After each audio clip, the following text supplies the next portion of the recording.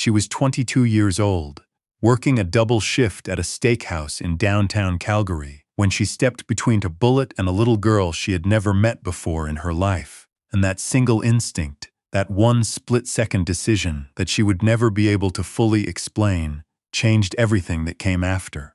Her name was Delia Marsh, and the little girl's name was Ivy, and the man who came looking for them both, first with fury, then with something he didn't have a word for, was Caspian Vor. It was a Thursday night in October, the kind where the wind off the Bow River cuts right through your coat and reminds you that Alberta doesn't negotiate with anyone. The Ember House was packed, the way it always got on long weekends when oil money and old money sat at the same tables and pretended not to notice each other.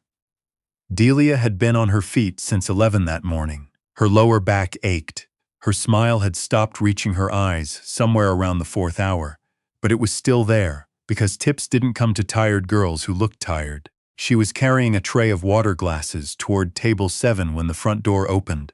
Nobody stopped talking. The piano player in the corner kept going. The sommelier kept pouring. But something shifted, the way air shifts before a storm, not visible, just felt, and Delia noticed it without understanding why she noticed it. A woman walked in, small, maybe 65, maybe 70, silver hair pinned back with a tortoise shell clip, black wool coat, single strand of pearls, the kind of hands that had once been beautiful and were still elegant. She was alone. Her name was Margot Vor, and she was, without question, the most heavily watched woman in that room, even though none of the watching was obvious, and none of it was hers. 2 men near the bar, positioned too casually to be casual. Another near the coat check, a 4th at the far corner table, eyes never touching his menu. Delia didn't know any of that. She just thought the woman looked tired, the same way Delia felt tired, but the kind of tired that comes from carrying something heavier than a double shift. "Good evening," Delia said, moving to meet her before the hostess could. "Just one tonight?" The woman looked up. Her eyes were gray, the kind of gray that had probably been blue once. "Just one," she said. "I won't be long. I just wanted to be somewhere warm for a little while." Delia understood that completely. She led her to the corner booth by the window, the best seat, not the assigned one, but the one with the view of the street and the light that hit it kindly. She poured water without being asked. She didn't push the specials. Margot Vor looked at her like she was doing something unusual. Maybe she was. "You've worked here long?" the woman asked. 2 years, Delia said. "Long enough to know which tables get a draft and which don't." She nodded toward the booth. "This one's warm." Something moved across Margot's face. Not quite a smile, but close. She ordered soup and a glass of Bordeaux. Delia brought it. They exchanged a few quiet words between the bustle of everything else. Delia moving through her section, Margot sitting still in the middle of the noise the way old women sometimes do, like they've learned to carry their own quiet with them. Delia didn't know she was being watched. Not by Margot, not by the men near the bar, and not, through a system of cameras she couldn't see, by a man sitting in the back of a black SUV 2 blocks away, reviewing footage on a tablet, who had made it his business since his mother had started going out alone on Thursday nights to know exactly where she was at every moment. At 8:47, a couple was seated at the table adjacent to Margot's. Nothing about them seemed wrong. Delia took their drink order, sparkling water, neat whiskey, and noticed the man's hands were too still. People's hands fidget, they adjust glasses, tap fingers, reach for their phones. His didn't move at all, and the stillness of them registered somewhere in her body before it registered in her mind. She was on her way back from the bar when it happened. Not the way you see it in movies.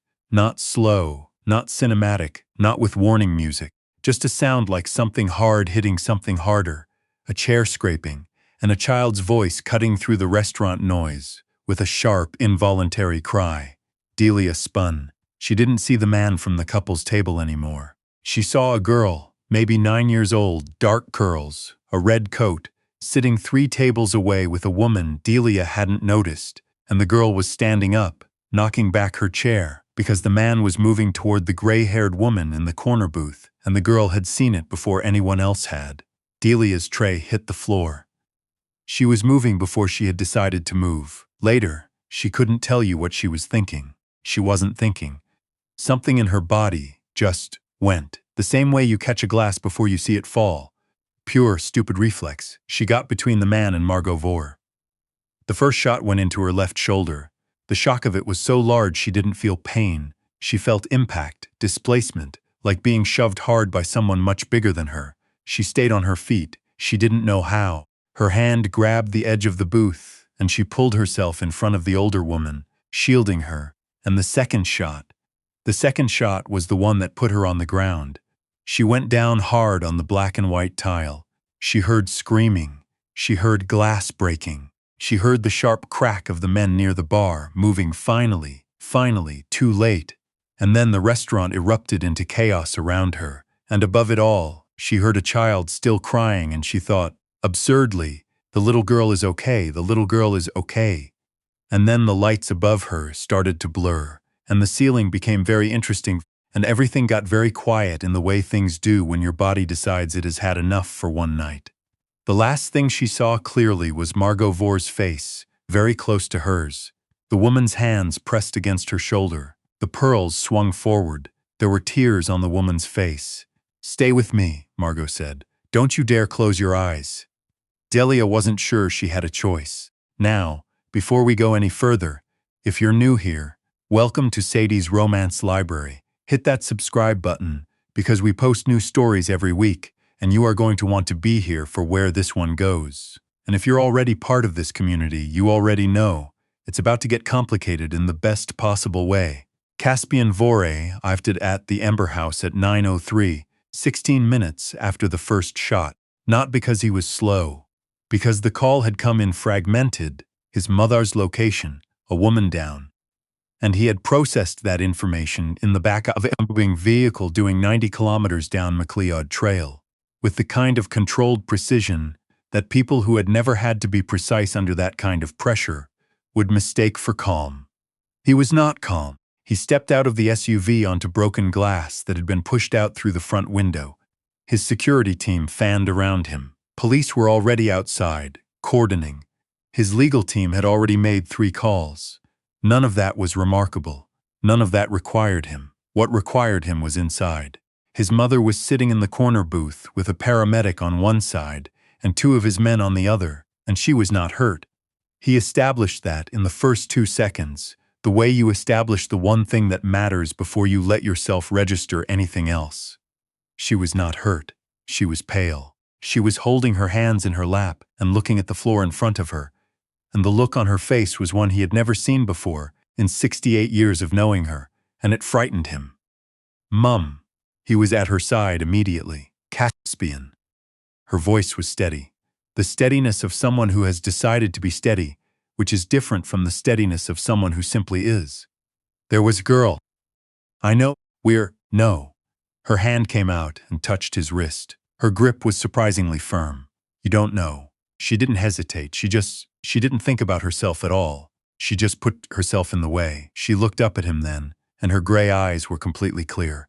"She doesn't know who I am. She didn't know who I am. She just saw someone in danger and she moved." Caspian Vore stood very still.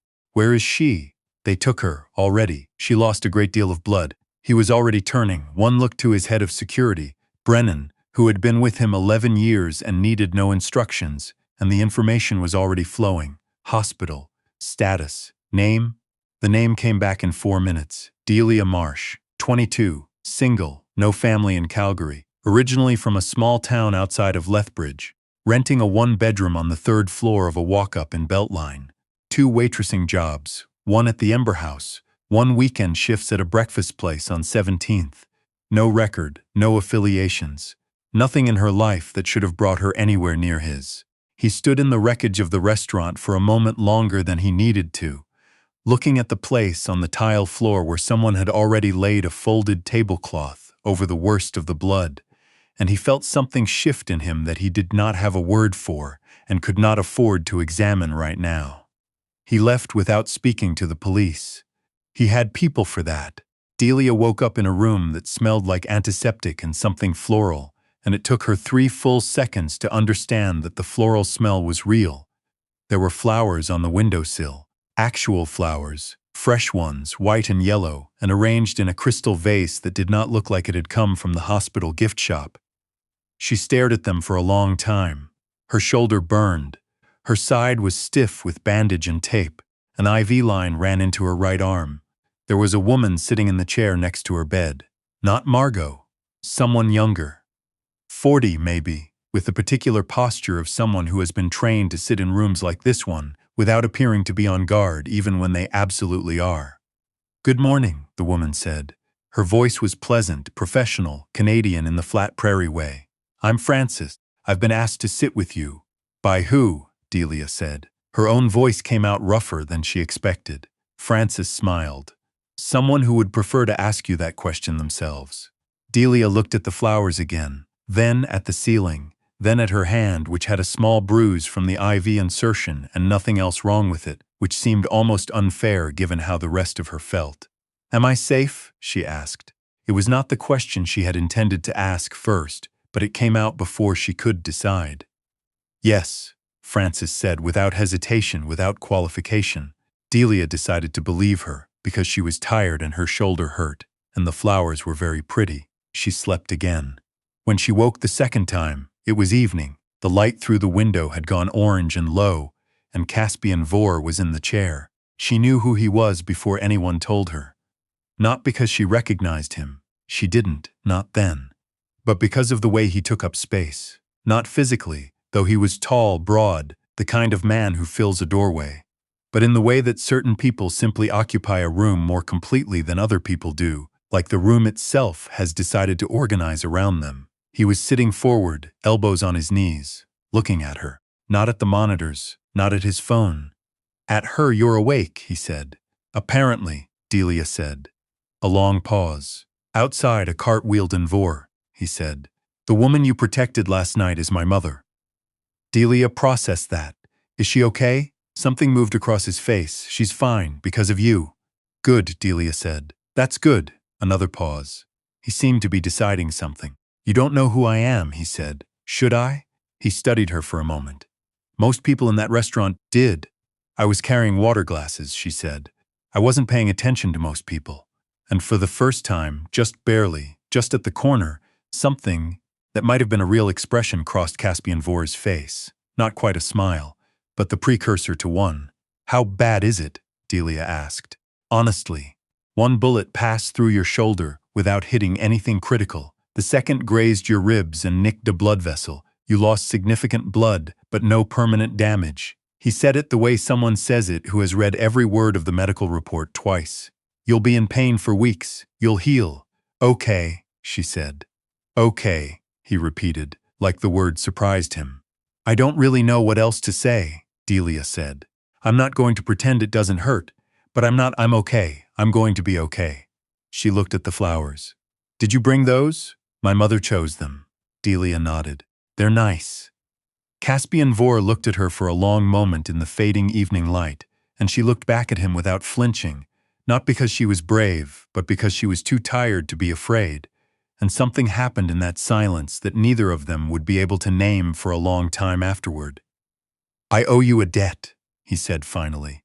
"I don't use that word lightly." "You don't owe me anything," Delia said. "I didn't do it for you." "I know," he said. "That's exactly why." She was discharged 5 days later, and the apartment she was taken to was not her walk-up in Beltline. She didn't realize it immediately.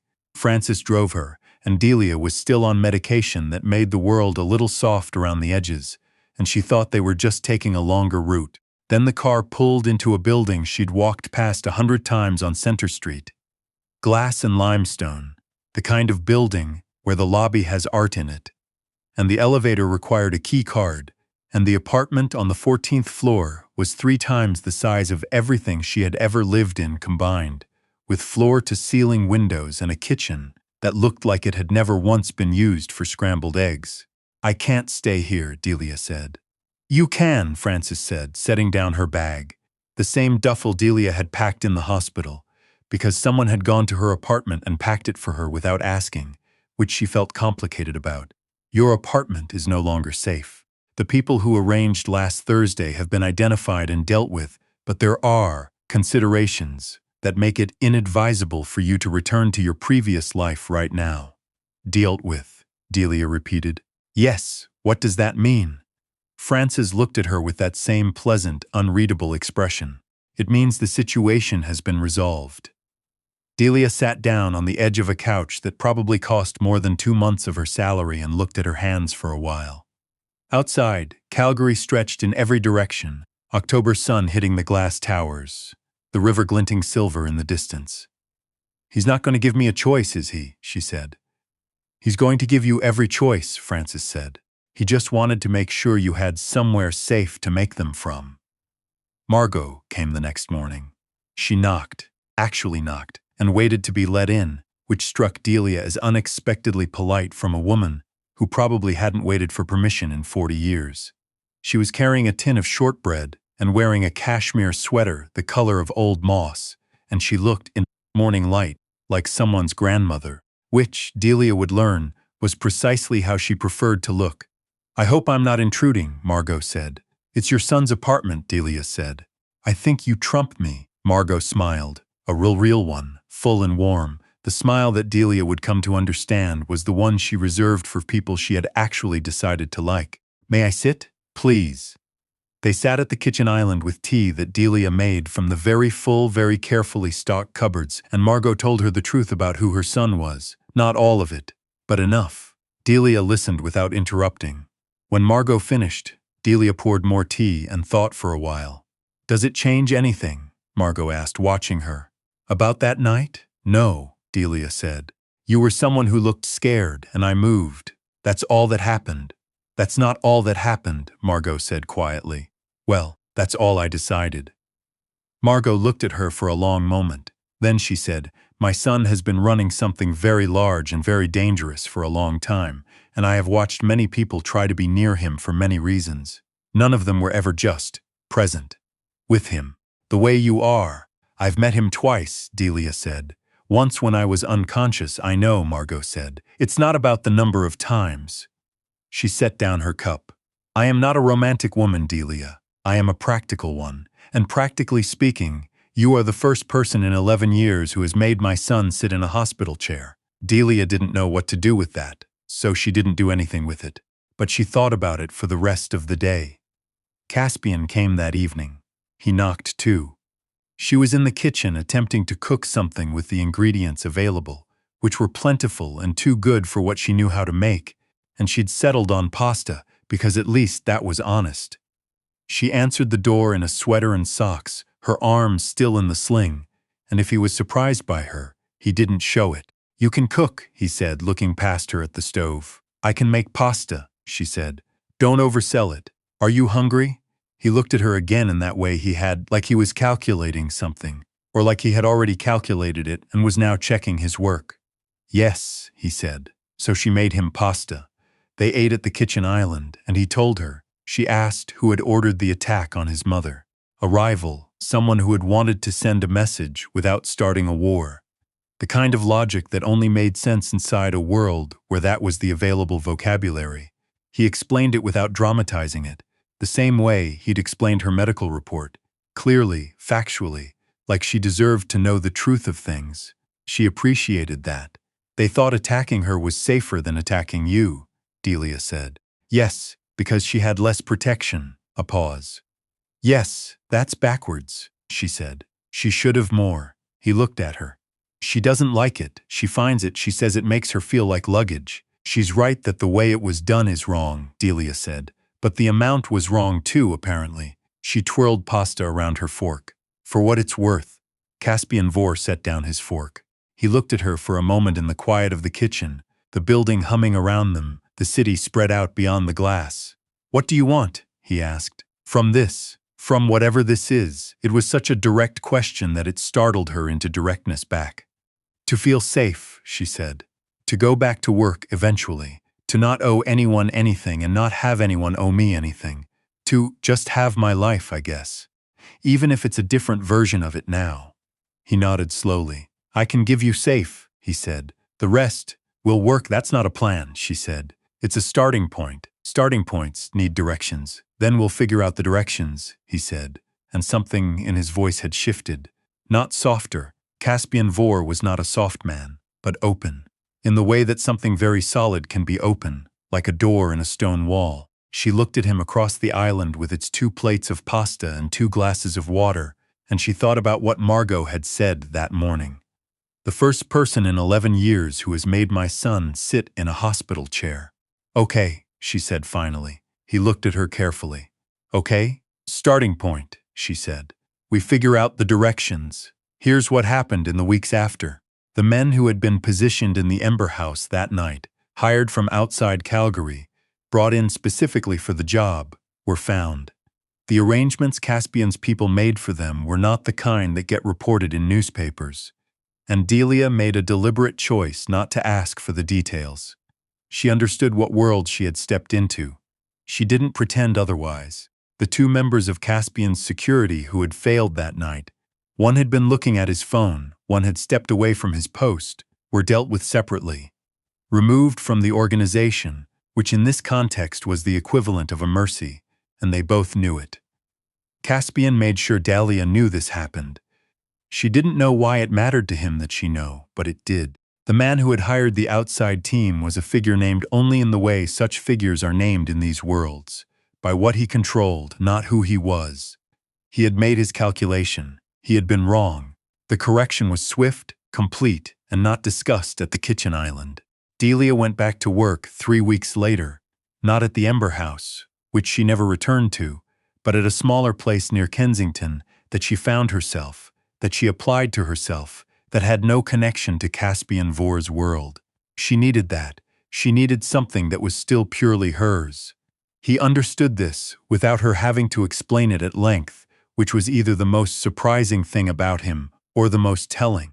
Margot visited twice a week. Sometimes they cooked. Sometimes they just had tea and talked about things that had nothing to do with any of it. A book Margot was reading, The View from the Window, what Delia's town outside Lethbridge had been like when she was small. Margot was a good listener. She asked questions that made you think. Caspian came in the evenings, when he came. Not every evening. He was not that kind of man. He wouldn't have been, couldn't have been, even if he'd tried.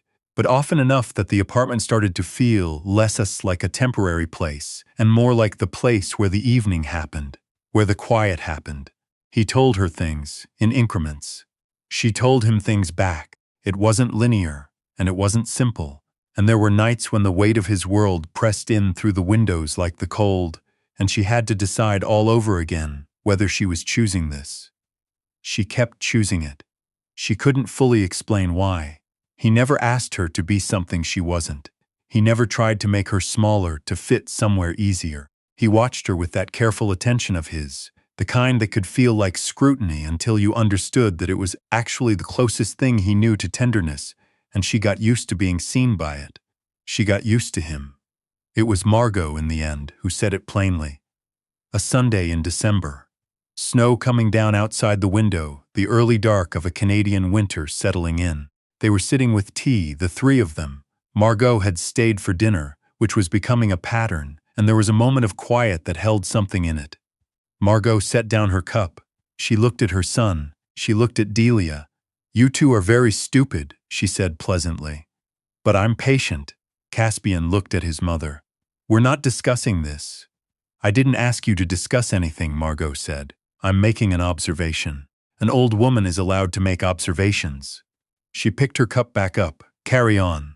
After she left, kissing Delia on the cheek and squeezing her hand in the particular way she had, firm and warm, which Delia had come to understand meant you belong here. Caspian stood at the window, looking out at the snow. His back was to her. The city below was quiet and white and still. "She's not wrong," he said. "She's usually not," Delia said.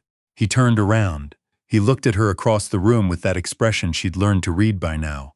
The one that meant he was about to say something he had thought about carefully, something he would only say once. "I'm not going to make promises I don't know how to keep," he said. "My world is what it is. I can't make it different, and I won't pretend otherwise." "I know," Delia said. "But I can keep you safe," he said. "I can keep you safe every day you let me, and I want." He stopped, started again. "I want you here, not because of what you did that night, though I'll never forget it, because of who you are, because of the way you are." The snow fell. Delia looked at him for a long moment, at this complicated, guarded, careful man who had come and sat in a hospital chair, who had brought her flowers that were his mother's choice, who had eaten her pasta without fanfare and asked her what she wanted, like her answer genuinely mattered. "I'm already here," she said. He crossed the room. He wasn't the kind of man who reached for people easily. She knew that by now. So when he reached for her, carefully his hands against her face, the healed shoulder, she understood what the reaching cost him, and she understood what it meant. The kiss he gave her was not the dramatic kind. It wasn't for anyone else. It was quiet and certain, and it held in it the particular weight of something that had been decided slowly, over weeks of pasta and tea and snow and trust built in the smallest increments, like a wall built stone by stone, which is the only kind of wall that holds. Outside, Calgary kept snowing. Somewhere across the city, in a house with very good security, Margot Vore poured herself a small glass of Bordeaux and thought, "Finally." And so that's the story of Delia Marsh, a girl from outside Lethbridge with sore feet and an instinct that moved faster than fear, and what a single moment of pure, uncalculated courage set in motion. But here's what I keep thinking about, and I want to know what you think too. Because honestly, the question that stays with me is this: would you have moved? Not with time to think about it, not with a chance to weigh the risk, just, in that split second, with nothing but instinct, would you have stepped in the way? Tell me in the comments, because I genuinely want to know. And if you think Delia made the right call, give this video a like so more people find this story. If you're not subscribed yet, now's the time. New stories land every week, and next week's is going to leave you completely undone. I'll see you there.